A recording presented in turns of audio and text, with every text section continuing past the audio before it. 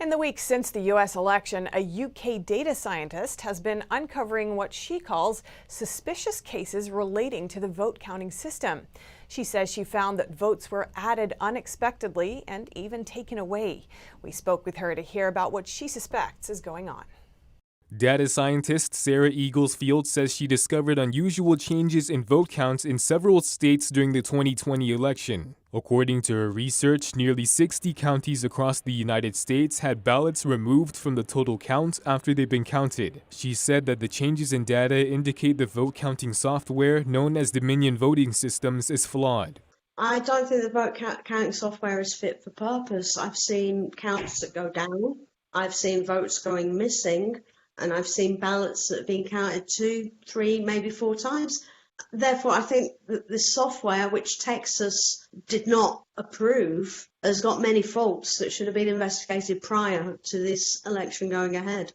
Based on her analysis, ballots in Wayne County, Michigan were counted more than once. Numbers showed that ballots with the same voter ID appeared several times in the vote counting software. She explained she feels the discrepancies combined with evidence of dead voters make it impossible for anyone to determine what the real election results were.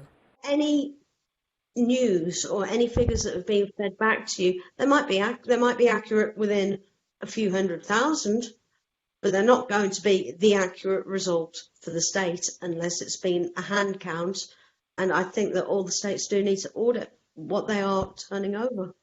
Sarah also said that it's integral for a fair election to report accurate figures.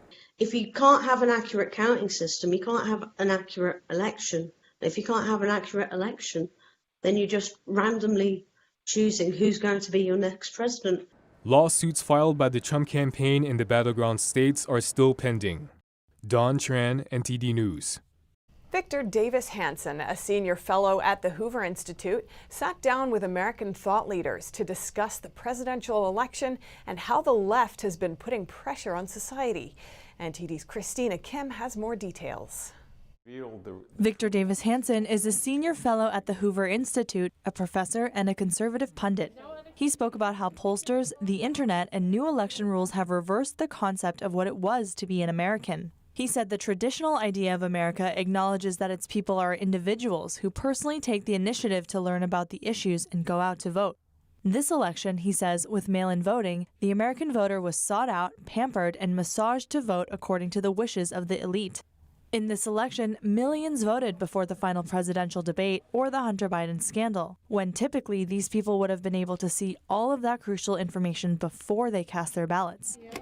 Hanson also said that the media was dominated by inaccurate polls, which can paralyze voters from coming out to the polls because they think the results are already determined. He said that despite Democrats underperforming in the House and Senate, no polls were able to predict that, and none predicted that Trump would lead. We've never had this before where you have pollsters who do all of these analytics, and then they, in concert, create a narrative that one candidate has no chance to win when they know their methodology is flawed because it's flawed from the record of 2016, and they know it's flawed. And yet they feel that the poll is not to reflect public opinion, but to change it in a predetermined way. That's new. Hanson continued, saying it was even more disturbing that Silicon Valley is adjudicating which type of ad should be on social media. This selective censoring really distorts reality, which is very Orwellian. He also said that the media has gotten so obsessed with President Trump that they became entirely unhinged.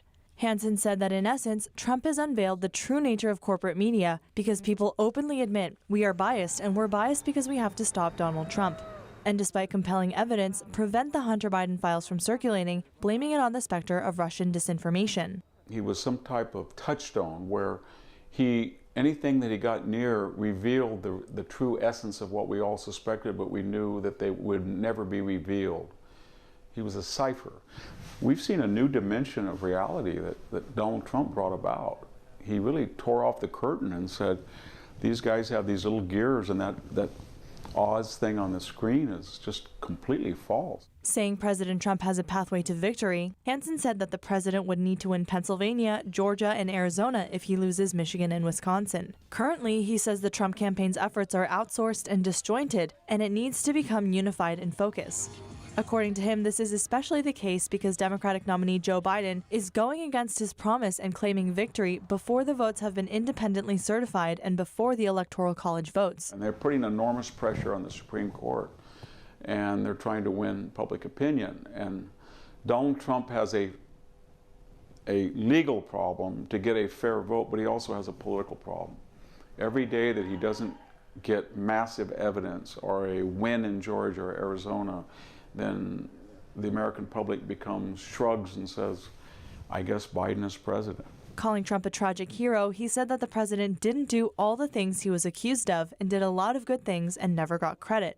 He said most of his legacy will either not be appreciated by the American people or adopted by Joe Biden, predicting that if Biden assumes office, the media will immediately promote the idea of a Biden vaccination that was really made under Trump, and a Biden recovery being the end to the Trump virus and Trump lockdown. Christina Kim, NTD News. And strategies used by political groups in the U.S. have become strikingly similar to communist revolutionaries' tactics in Russia and China. An expert explains. A Democratic Socialist Congresswoman's recent Twitter post is sparking controversy. She's asking people to archive supporters of President Trump. A former Obama administration official wrote in a now-deleted post that the so-called Trump Accountability Project is doing just that, which tracks every administration staffer, everyone who has supported Trump. Joshua Phillip is an investigative journalist with the Epoch Times and the host of Crossroads. He said this phenomena, as well as some strategies used by political groups in the U.S. today, echo the actions of communist movements when they tried to seed revolution. One strategy communists use is to create public enemies. What we can look at is the pattern of development for movements like this. In other words, the social creation of state enemies, the social creation of an ideology that certain parts of society are absolutely evil and should be eliminated. For example, the left calling all Trump supporters Nazis, or the far right, instead of understanding, well, look, like half the country voted for him, over 70 million people. Would it be fair to say that those 70 million people are all Nazis? Is this really how people interpret reality? But these are the narratives being pushed by the big tech and big media. Speaking of a list, in 1949, right before the Chinese Communist Party was about to take power in China, the party's mouthpiece Xinhua published a list of the so-called war criminals who were supporters of the ruling Chinese Kuomintang Party. The CCP said the list was created by the Chinese people and that those on the list are killable by all the people of the country.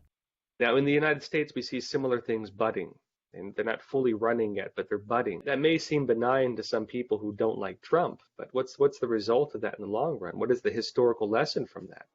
This should be regarded as political terrorism, because the act of doing so is to suppress people based on political ideas. It's singling out people for their beliefs, for their viewpoints, and for engaging in normal democratic processes. The second strategy used by communists is taking control of the media. Communist movements typically did take over the media, right? A lot of the original socialist and communist movements also ran newspapers. Before the Bolshevik Revolution, Lenin used German money to buy newspaper companies, as well as starting over a dozen new outlets.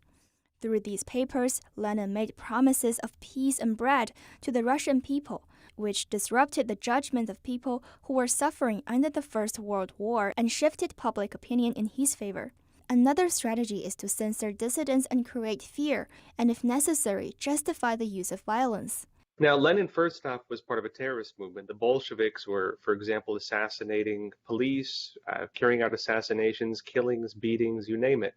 Programs like this to eliminate individuals in society who are deemed state enemies based on programs exactly like what's happening in the U.S., oftentimes develop slowly.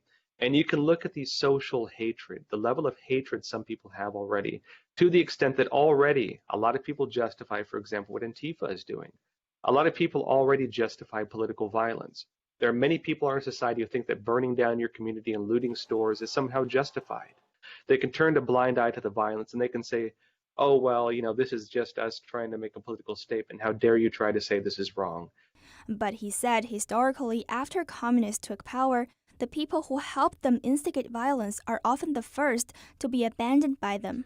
The groups they've used to cause all the problems are usually the first they destroy. They're the first ones lined up against the wall. They're the first ones thrown in the gulags. They're the first ones gotten rid of because they are elements for destabilization. Once the communists take over, once the socialists take over, they no longer need destabilization. They need a return to normalcy. He said to counter such a type of subversion, people need to speak up and speak the truth. One of the best things they've always used for their own interest is silence of people who they are targeting. What we see developing in this country between big tech, big media, and violent groups like Antifa are three wings of the same basic system, trying to suppress every individual American, trying to make you be quiet, and trying to stop you from expressing your beliefs.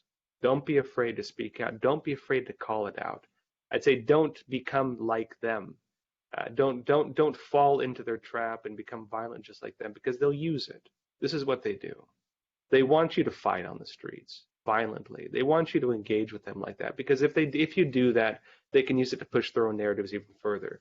But what they don't want you to do is to speak out, to expose them, and to use truth to condemn them.